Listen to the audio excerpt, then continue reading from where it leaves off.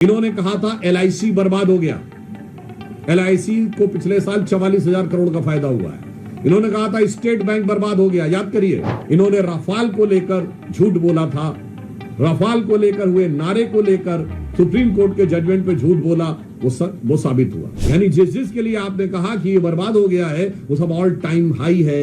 अब उसके बाद अगर आप फिर भी ना समझना चाहें तो जिस इकोनॉमी को आप डेड इकोनॉमी कहने में हिचक नहीं रहे हैं वो आपकी मेंटल स्टेट को दर्शाता है। ये एक विचार है और ये कुछ ऐसी शक्तियों के हाथ के हथियार हैं जो शायद राहुल गांधी खुद भी समझ पाते हैं, नहीं मुझे आइडिया नहीं। स्वयंभू उत्तराधिकारी होने का दावा करने वाले श्री राहुल गांधी जी का असत्य का भयानक रोग कांग्रेस पार्टी और इंडी गठबंधन, क्योंकि मैं मानता हूं राहुल गांधी जी एक व्यक्ति नहीं है, ये एक विचार है और ये कुछ ऐसी शक्तियों के हाथ के हथियार हैं जो शायद राहुल गांधी खुद भी समझ पाते हैं, नहीं मुझे आइडिया नहीं।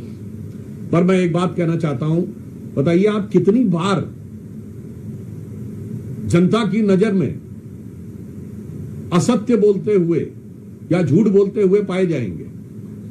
जब बयान आया था कि भारत के, मैं अभी से शुरू करता हूं और आपको केवल कुछ उदाहरण देता हूं, देश की जनता अपने आप इस पर निर्णय ले। अभी भारत के एयरफोर्स चीफ ने कहा कि हमने 6 विमान गिराए थे। ये क्या बोले थे कि भारत के कितने विमान गिरे? आज साबित हो गया एयरफोर्स चीफ के बाद यह इस मामले में झूठे साबित हुए। पॉइंट नंबर 2, भारत के साथ अमेरिका की जो डील हुई, इन्होंने कहा था कि अमेरिकी राष्ट्रपति का बयान सही है तो इसका मतलब वो सो कॉल्ड युद्ध विराम, जो युद्ध विराम कभी नहीं था, वो किस लिए हुआ था? क्योंकि ट्रेड डील हुई थी। अब तो साबित हो गया कि डील नहीं हुई थी यहां पे पुनः। और ये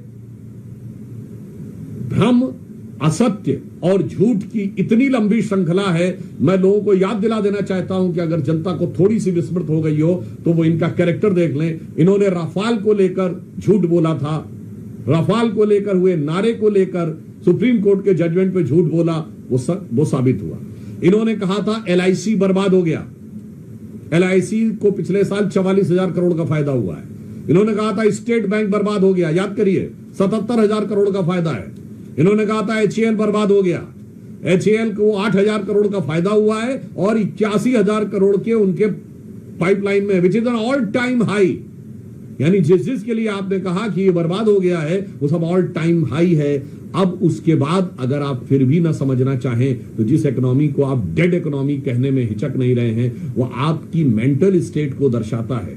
और भारत के बारे में जो इन्होंने सेना के बारे में कहा, एयरफोर्स के बारे में कहा, आर्मी के बारे में कहा, HAL के बारे में कहा, LIC के बारे में कहा, SBI के बारे में कहा और हाल ही में ऑपरेशन सिंदूर के बारे में जो कुछ कहा वह निरंतर असत्य और झूठ साबित हुआ।